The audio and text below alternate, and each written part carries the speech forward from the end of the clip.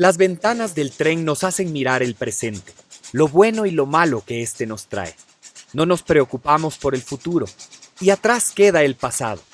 Confiamos en el maquinista para concentrarnos en vivir el aquí y el ahora.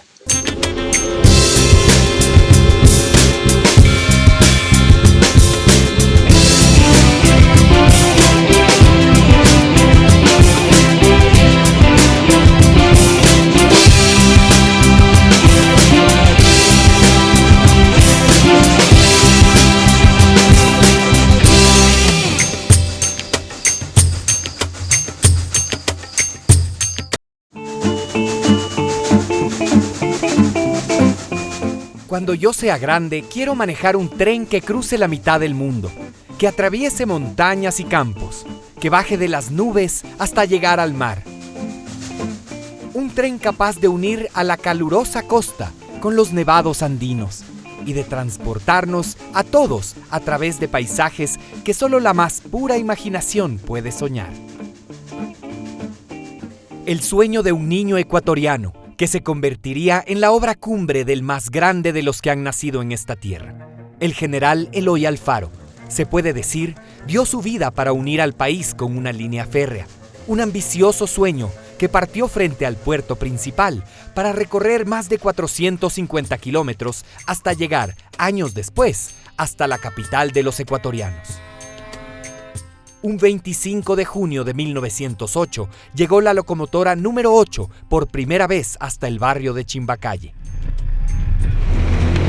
Llegar hasta la estación de Chimbacalle en el sur de la ciudad no es solamente visitar una de las 7 maravillas que tiene Quito, sino es también la puerta de entrada a una verdadera máquina del tiempo, porque desde aquí parte el tren de Alfaro, el primero en unir Guayaquil con Quito. La estación de Chimbacalle, además de ser un monumento vivo a la memoria ferroviaria del país, es hoy el punto de partida de uno de los principales productos y atractivos turísticos que ofrece el Ecuador, el tren crucero, reconocido y premiado mundialmente. El itinerario es bien. En el 35, en el tren 2. Sí, es el de la suerte. Ah, muy bien.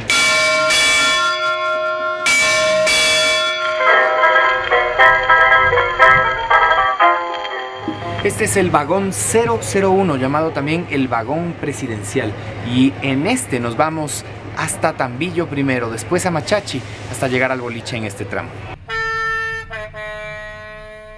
Tras décadas de olvido, el sonido del tren vuelve a despertar a los vecinos de este popular barrio quiteño. El paso de este gigante de color rojo es como la sangre que vuelve a dar vida a las arterias de Chimbacalle. Es una palabra mixta entre el quichua y el español. Chimba, que está en quichua y significa enfrente o el otro lado. Y calle, es decir, sería la calle de enfrente o la calle del otro lado. Todos quieren saludar al ferrocarril que trajo por primera vez guineos, piñas, pescado fresco desde la costa. Quito crece imparable hacia el sur. La mancha urbana avanza sobre antiguos campos de cultivo. Esta es una de las ventajas del tren, que nos permite conocer lugares por donde los autos no pasan.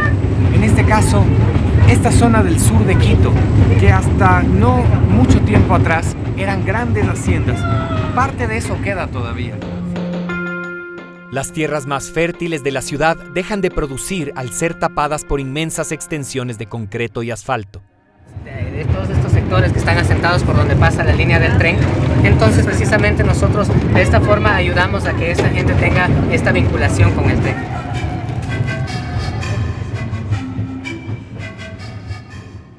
El ferrocarril estimula a las poblaciones por donde pasa. Los productos se venden aquí o se llevan a lejanos destinos.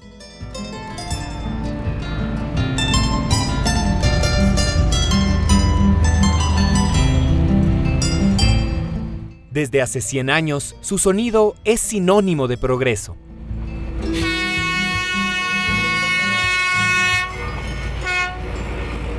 Y en cada parada, cientos bajan para comprar sus delicias típicas.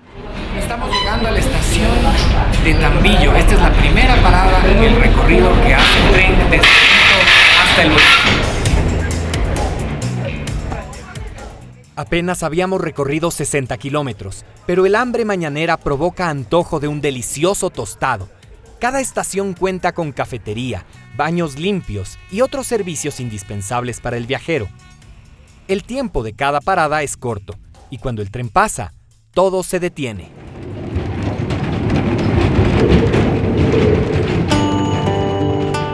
Además de permitirnos degustar la variedad culinaria de cada región, el tren nos lleva a admirar, sin estrés ni tráfico, los campos donde crece aquello que nos alimenta y nos llena tanto el estómago como la memoria y el corazón. Muy lindo, muy hermoso. Las paradas, la música, nuestra comida, cosas que uno extraña mucho. Y mi país es el país más lindo del mundo. Y les recomiendo mucho. Pero siempre el tren es lo más bello que tengo. Son lágrimas de emoción, las que provoca compartir en familia la belleza de lo natural, los paisajes y la música de un país que en cada parada nos regala una imagen y un sonido diferente, alegre y tradicional, que nos llena de Ecuador.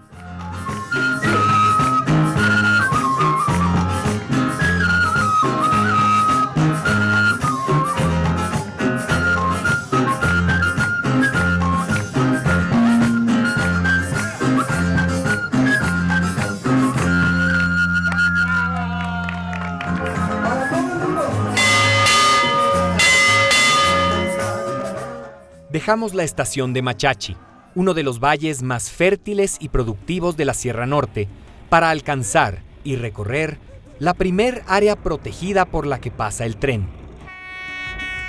La locomotora ingresa entre pinos y cipreses, sembrados hace casi un siglo, en lo que se convirtió en el primer experimento de reforestación en el país.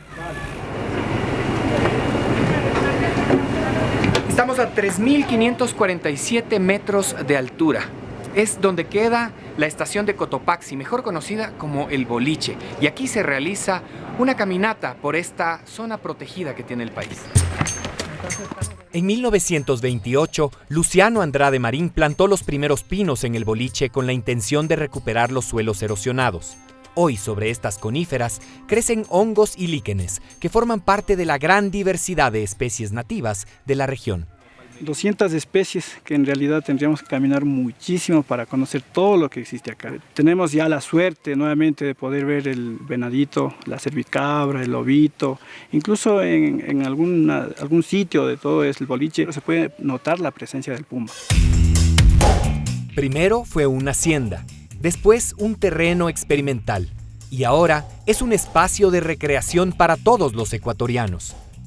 Sin embargo, ¿de dónde proviene su tan peculiar nombre? Cierto, por eso viene el nombre de boliche. Toda el área prácticamente se llama el boliche por este sitio exactamente porque se parece a una bola. Perfecto para acampar o disfrutar de un picnic al aire libre, rodeado de 400 hectáreas de área protegida. Después de este recorrido por los senderos del Boliche, nos espera Limpiopungo dentro del Parque Nacional Cotopaxi. Pero eso sí, hay que llegar en autobús. Desde la vía Panamericana, trepamos por un camino asfaltado hasta alcanzar el centro turístico del Parque Nacional Cotopaxi, el área protegida más visitada en el Ecuador continental. Habitantes provenientes de las poblaciones de Zumbagua y Quilotoa han encontrado aquí un lugar perfecto para ofrecer al visitante hermosos y abrigados productos confeccionados por sus propias manos.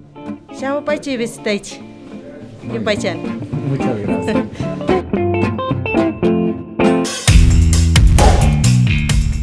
No es difícil observar a lo lejos escurridizos venados de cola blanca, que en este parque encuentran un importante santuario. Y 10 minutos después, en pleno páramo, alcanzamos casi a los 4.000 metros la bella pero amenazada laguna de Limpiopungo. Por lo general tenemos lo que es aves migratorias y aves acuáticas aquí, que están en diferentes meses del año. ¿Y esa que estamos escuchando? Ese es un ligle. ¿Ligle? Sí.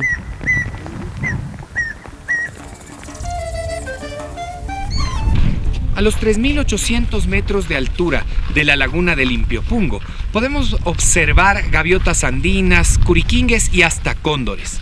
Sin embargo, también es claro cómo el nivel del agua de esta importantísima y hermosa laguna andina está cada vez más bajo. Limpiopungo es un humedal fundamental para la vida de las aves andinas. El cambio climático que derrite los glaciares es una de sus principales amenazas. Era hora de volver al tren. Para cruzar las vastas extensiones del Boliche y gran parte de la colorida y mágica provincia del Cotopaxi. Una inversión de $280 millones fue necesaria para rehabilitar el ferrocarril desde Quito hasta Durán, especialmente para cambiar los viejos durmientes de madera por otros de concreto y colocar sobre ellos nuevamente las líneas férreas que permitan el paso del pesado tren, que hoy por hoy sirve exclusivamente para el transporte de turistas. Bueno, llegamos a la Tacunga y nos tienen una sorpresa, nos dicen. Con danzantes de Pujilí y bailes típicos de la región, llegamos hasta el final de este primer tramo. Pasaríamos la noche en una de las haciendas cercanas a la ciudad. Un día mágico, apenas el primero, a bordo del tren más hermoso del mundo.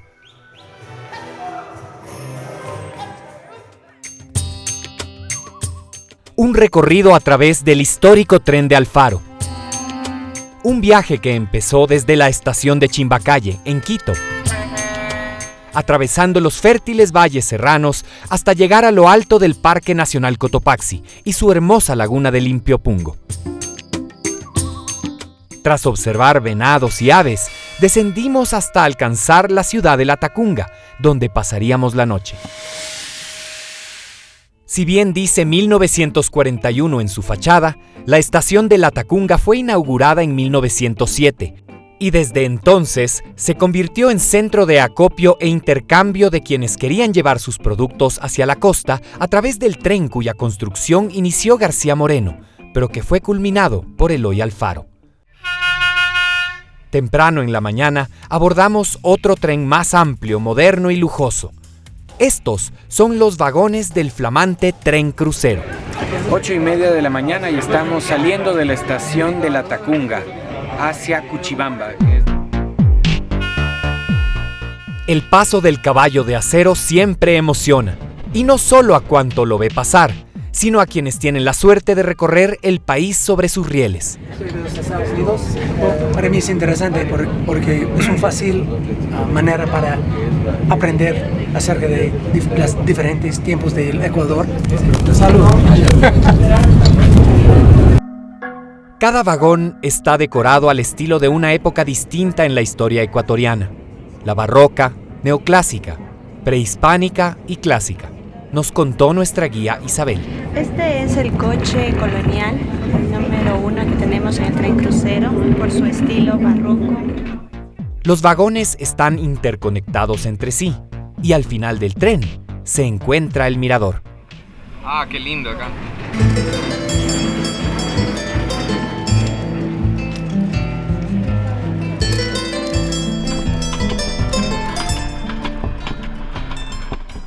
El tren, a su paso por Yambo, evoca tristes memorias como la de los hermanos Restrepo, o la historia de los montoneros leales a Alfaro, cuyo tren fue saboteado y cayeron en las frías y verdes aguas de la laguna.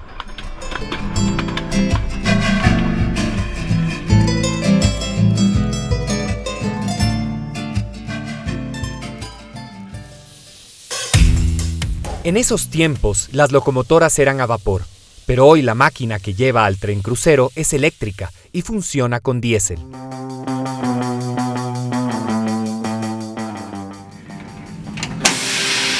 Vamos acá a la cabina.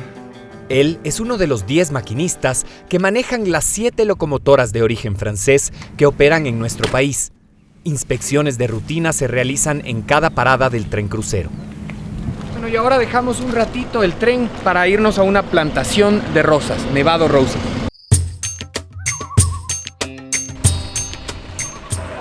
Entonces, bienvenida a Nevado Roses. Somos orgánicos y aquí producimos 50 variedades de rosas y exportamos a todo el mundo. En Nevado Roses se combinan el turismo con la agricultura. Realmente Nevado como grupo hemos apuntado a lo que es agriturismo. A la gente le encanta ir a una finca a ver lo que son las rosas, a ver cómo se produce, olerlas, tocarlas, sentirlo. Es una experiencia maravillosa. Las rosas son hoy nuestra más delicada y hermosa carta de presentación al mundo. Ecuador produce las rosas más grandes del mundo, tanto de pedúnculo como tallo. Una plantación que se ha convertido en todo un atractivo turístico. Desde que son botones hasta que están listas para la exportación. Los visitantes pueden conocer a las personas cuyo esfuerzo hace posible producir las rosas más hermosas del mundo. Y de estas flores nacen nuevos e innovadores productos: jabones, miel, vinagre, mermelada y hasta chocolate con rosas.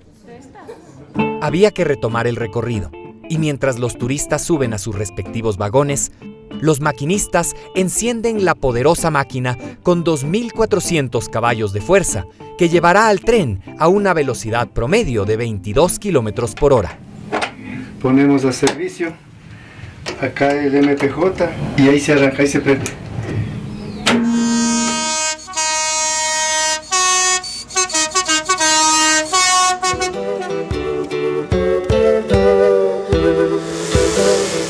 Viajar en tren nos permite vivir el Ecuador de una manera diferente, deslizarnos sin correr a través de él, ser vistos por quienes admiran su paso, una experiencia tan única como el país que se recorre. Desde Quito hasta Durán son 465 kilómetros de vía, básicamente una pastilla del Ecuador en 4 días y 3 noches. Hacen falta meses, quizás años para recorrer el Ecuador entero. Pero esta experiencia sobre rieles nos brinda una breve mirada hacia la vida en el campo y su fusión con la ciudad, como Ambato, a donde para llegar se debe cruzar el puente Socavón.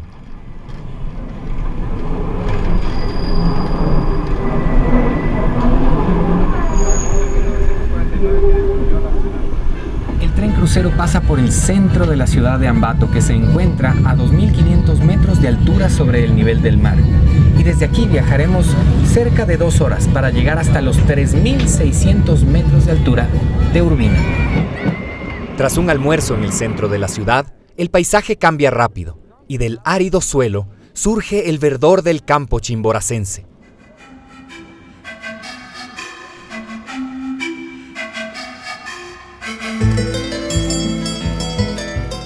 El tren debe subir hasta la parte más elevada en todo el viaje. Aquí es el páramo quien manda, y la estación de Urbina, a las faldas del gigante Chimborazo, aguarda paciente la llegada del caballo de acero, al igual que su más célebre personaje, un hombre que conoce las entrañas del extinto volcán como ningún otro, a quien conocimos hace ya varios años. A las afueras de la casa de Baltasar Ushka. Buenos días. Al igual que sus ancestros, Taita Baltasar, como aquí lo conocen, vive humildemente junto a su familia y sus animales. Aquí vivo yo, Baltasar Ushka, una coyolera. Una oscura casa de bloque y cemento es el hogar de la familia Ushka. Solo vivimos con nieto, con hijo, con esposa. Fuera de la casa y cubierta por plástico se encuentra la cocina, donde el humo producido por la leña indicaba que el desayuno estaba casi listo. Aquí hacemos un poquito de café, sopita de cebada. Junto a sus nietos que viven con ellos, don Baltasar carga energías con esta caliente pero poco nutritiva sopa. Necesitará toda la fuerza posible para ascender solo hasta el glaciar del Chimborazo y traer de allí el hielo que da de comer a la familia. ¿Cuántas horas se demora de aquí hasta allá? Y aquí demora llegar menos de luego 4 horas demoras. 4 horas. 4 horas demoras, caminando con pie. Mientras tanto, don Baltasar es el único, el último de su clase, de una profesión al parecer sin sentido en los tiempos modernos. ¡Hola, carajo! El ascenso de este hombre impresiona por su velocidad. Poco a poco los pedazos grandes se desprenden, pero esos no le interesan. Él va a sacar un bloque mucho más grande que su propio cuerpo. Baltasar cambia su pico por una barra, y una vez dado forma el gran rectángulo, Es momento de separarlo de su gélida morada. Ahí va.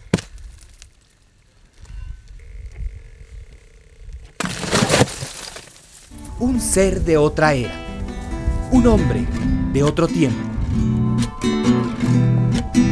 ¡Rosa!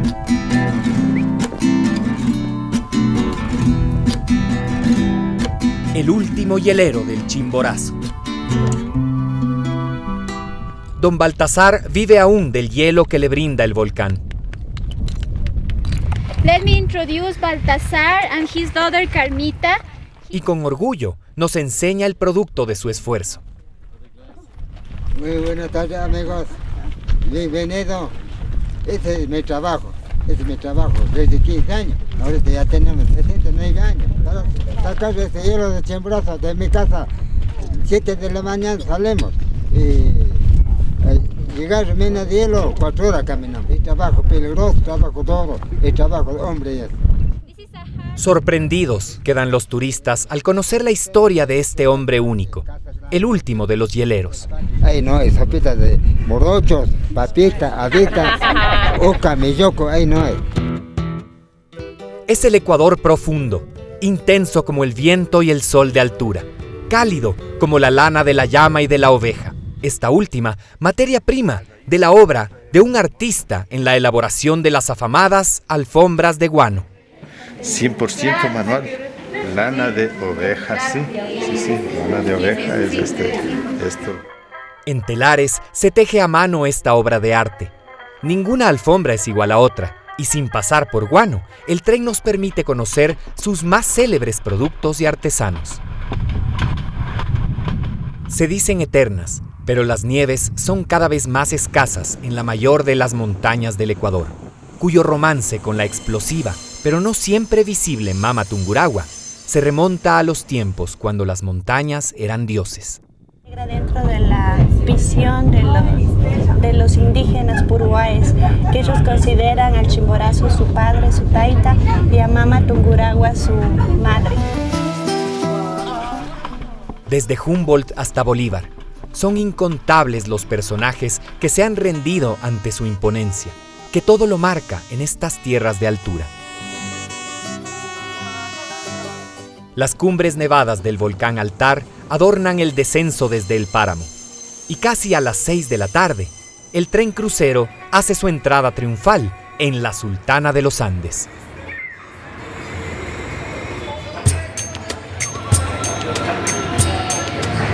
Riobamba.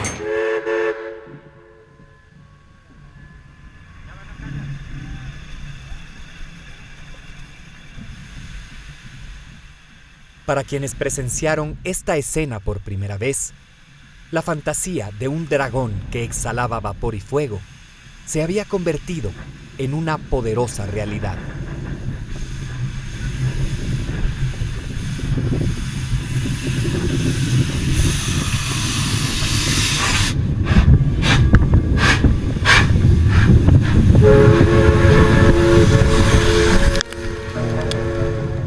Candela, humo y carbón. La fuerza de la modernidad se desliza sobre las rieles. Su ensordecedor sonido despierta ciudades.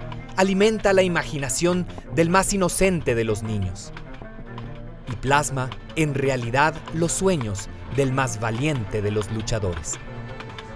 Una bestia de acero, capaz de desafiar una cordillera, vencer a la altura, al barranco, a la roca. Una máquina que integra un país dividido por el tiempo y la geografía. Un tren, el más difícil y a la vez el más hermoso del mundo. Riobamba, 6 de la mañana. La Sultana de los Andes despierta con el silbato de la locomotora 53, que deja los talleres de ferrocarriles del Ecuador para dirigirse en reversa hasta la histórica estación riobambeña.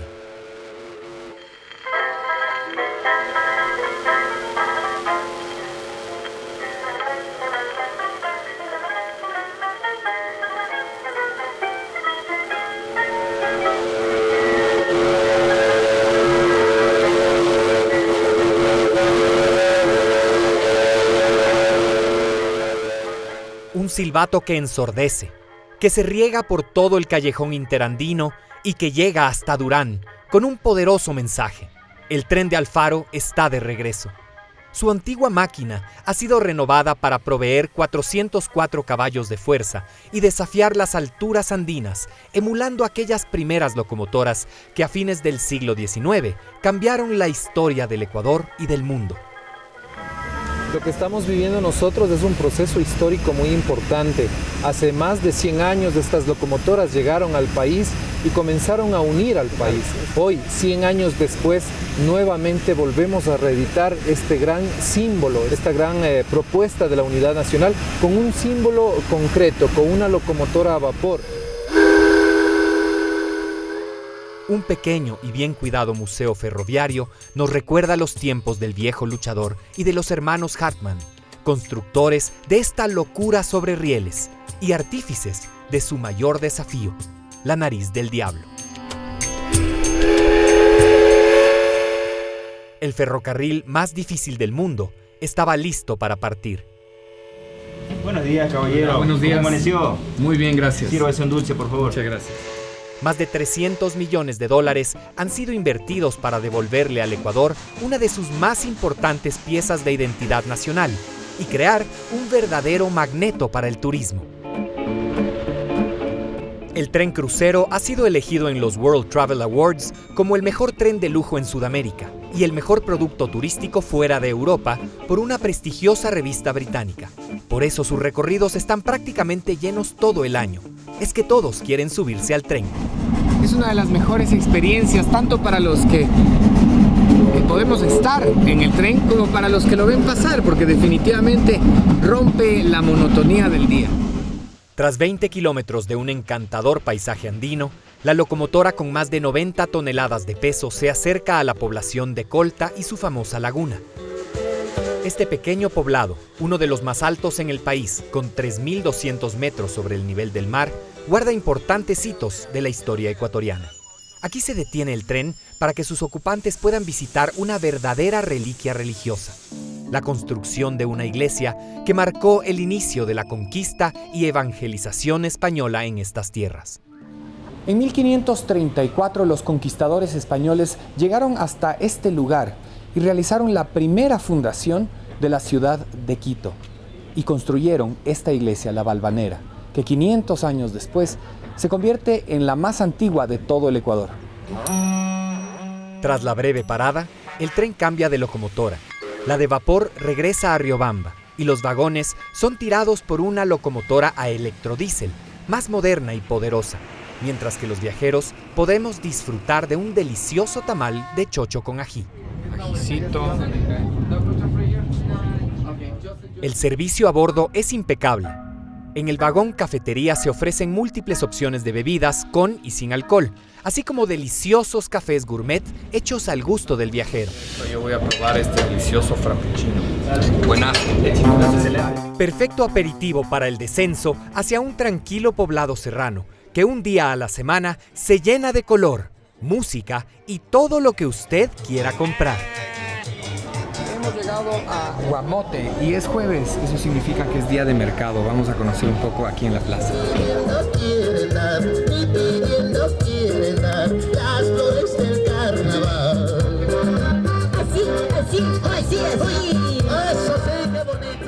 Es uno de los más auténticos e importantes mercados indígenas del país.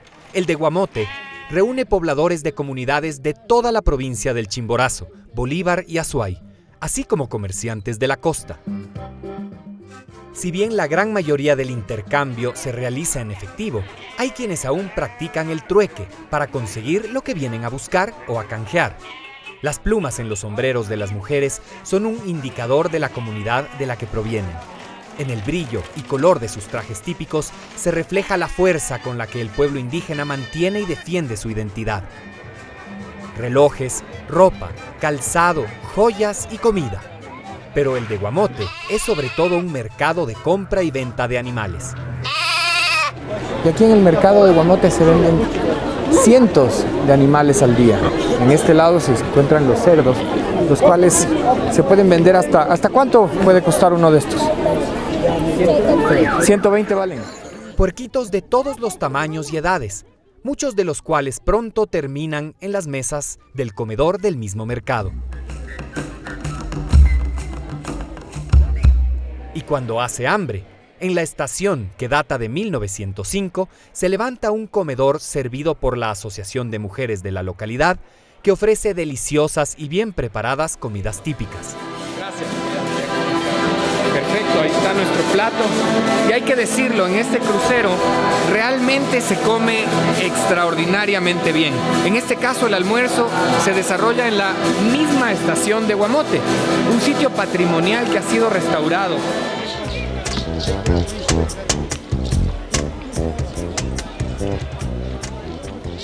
El ancestral tianguis o mercado es un espacio de encuentros.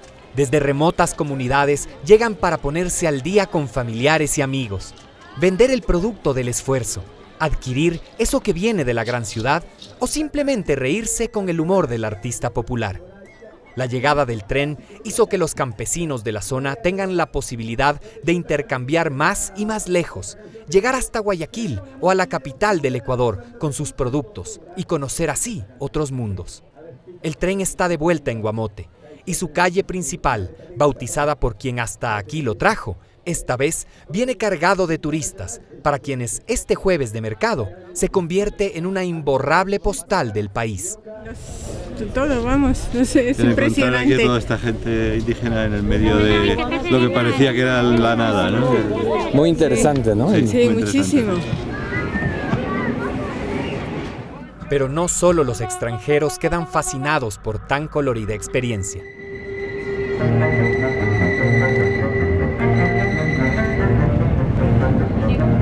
Yo creo que antes de viajar a otro país debemos conocer lo nuestro. Aquí tenemos muchas cosas hermosas que visitar. Así es, 100% recomendable.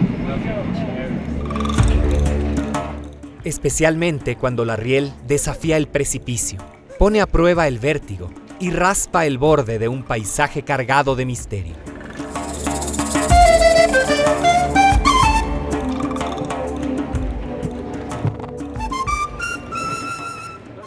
Habíamos llegado al sector conocido como la Bola de Oro.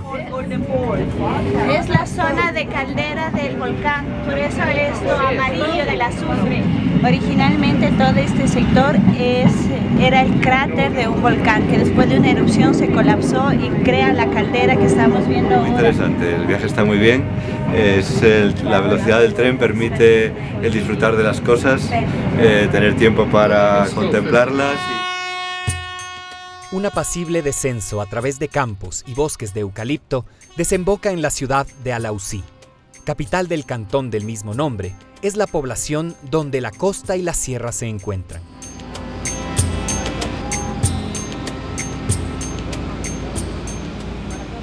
Y el paso del tren, a través de su colorido centro, constituye el inicio de uno de los trayectos ferroviarios más impresionantes, no solo en el Ecuador, sino en el mundo entero. Y desde los 2.300 metros de altura donde se encuentra Alausí, descendemos en cerca de 45 minutos hasta los 1.800 metros, donde se encuentra la mundialmente famosa Nariz del Diablo. Considerada una verdadera obra maestra de la ingeniería ferroviaria. Estamos en plena Nariz del Diablo. Toda la montaña es la Nariz del Diablo y estamos a punto de hacer el zigzag. Algo impensable para su época, es decir, 1901, año en que la montaña con forma de nariz diabólica fue conquistada por el ingenio humano.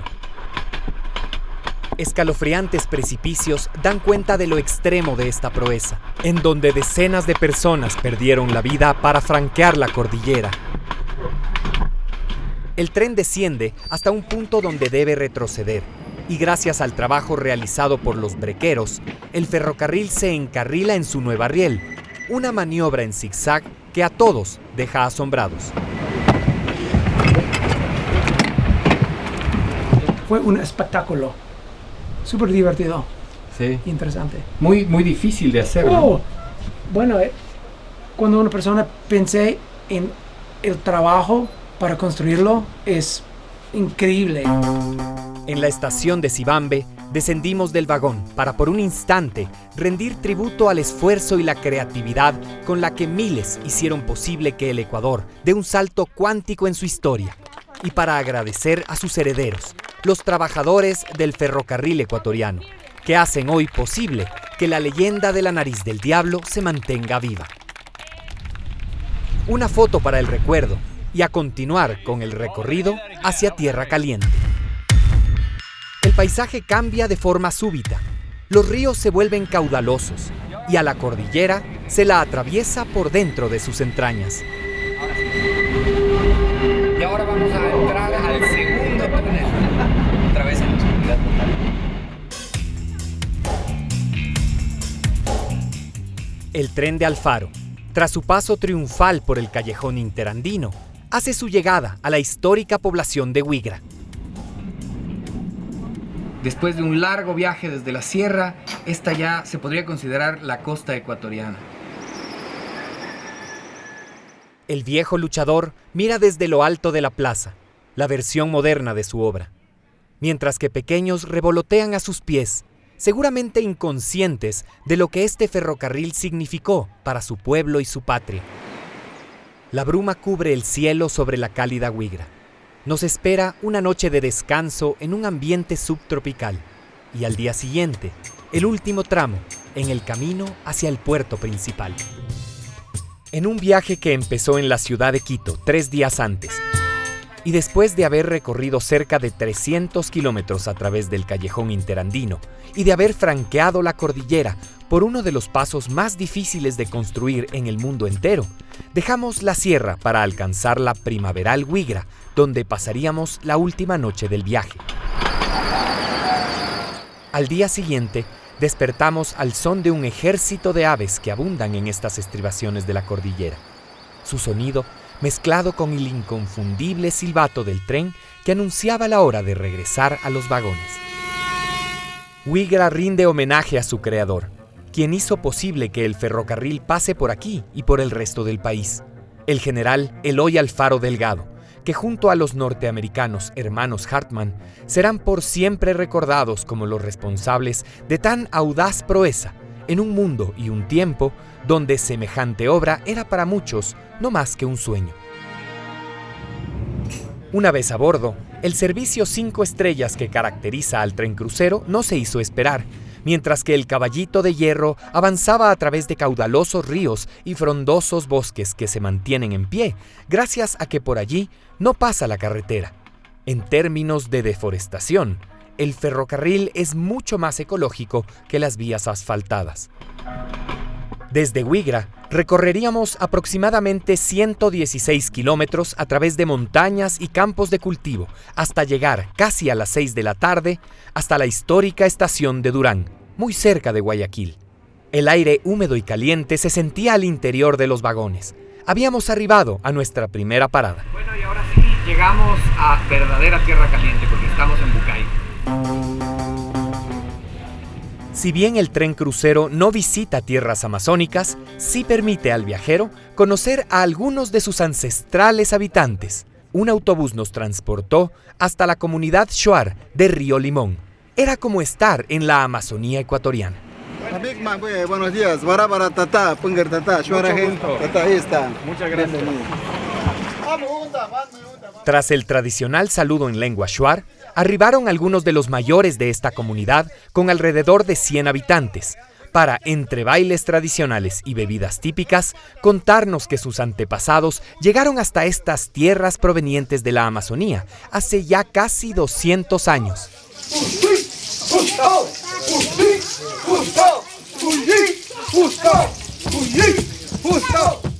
En 1830, un grupo Shuar originario de la actual provincia de Morona, Santiago, cruzó la cordillera de los Andes huyendo de los conflictos entre tribus y encontró en estos parajes de la costa ecuatoriana un clima muy parecido al que dejaron atrás, y consigo trajeron sus más deliciosas recetas. Nuestros platos más apetecidos, conocido como ayampaco, yungurak en nuestro idioma Shuar. Un delicioso ayampaco de pollo y yuca. Para uno de los ancianos, La contaminación en la comida es lo que está destruyendo a los jóvenes de hoy. La química, eso nos mata ahora. La juventud comen esa comida, ya no pueden tener fuerza. Aquí comemos todo, yuca, papachina, lo que sea, lo que haya ya. Costumbre lo que mis abuelos comieron. El bosque ya no es el mismo de antes. Ellos ya no cazan animales, sino que se dedican a la agricultura de productos como el cacao, que llena de aroma a toda la región. El tren sigue su camino hasta llegar a la hacienda San Rafael, donde pudimos conocer la importancia que tuvo y sigue teniendo la pepa de oro para la economía de esta zona, y cómo el paso del tren cambió la historia de los cacaoteros ecuatorianos. Fue muy importante porque esto ayudó a que el traslado de la fruta o el traslado de los productos llegue mucho más rápido a las ciudades importantes, ya sea Guayaquil o Quito. Miles de hectáreas de cacao sembradas para dar vida al más fino chocolate del mundo. De nuevo sobre las rieles, el tren de color rojo rompe con la monotonía verde de las miles de hectáreas sembradas con diversos monocultivos. Cuando el tren pasa por el cantón Naranjito, atravesamos inmensas plantaciones de caña de azúcar, de arroz, de piña y de cacao. Esta es la zona más productiva de la costa ecuatoriana y también una de las más hermosas y calurosas. Es la tierra del Montubio. La vida del campo aquí tiene aroma dulce y cuando se llega a Yaguachi, viejos acordes recuerdan la leyenda del viejo luchador.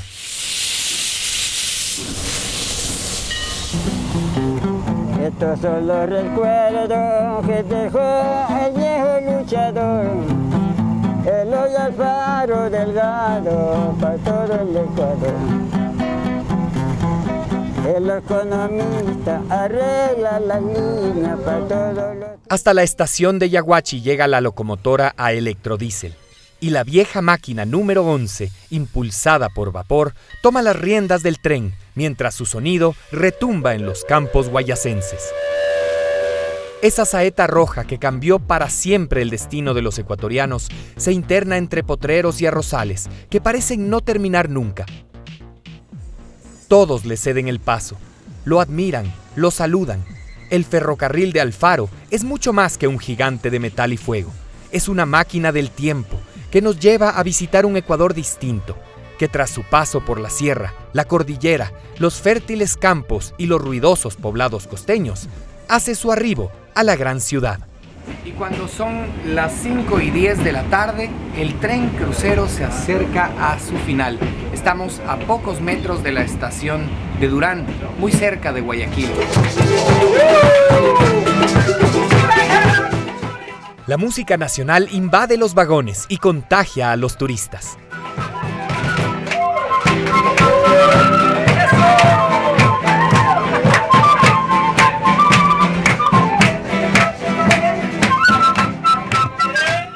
El tráfico en Durán se detiene porque el ferrocarril ha llegado a su destino.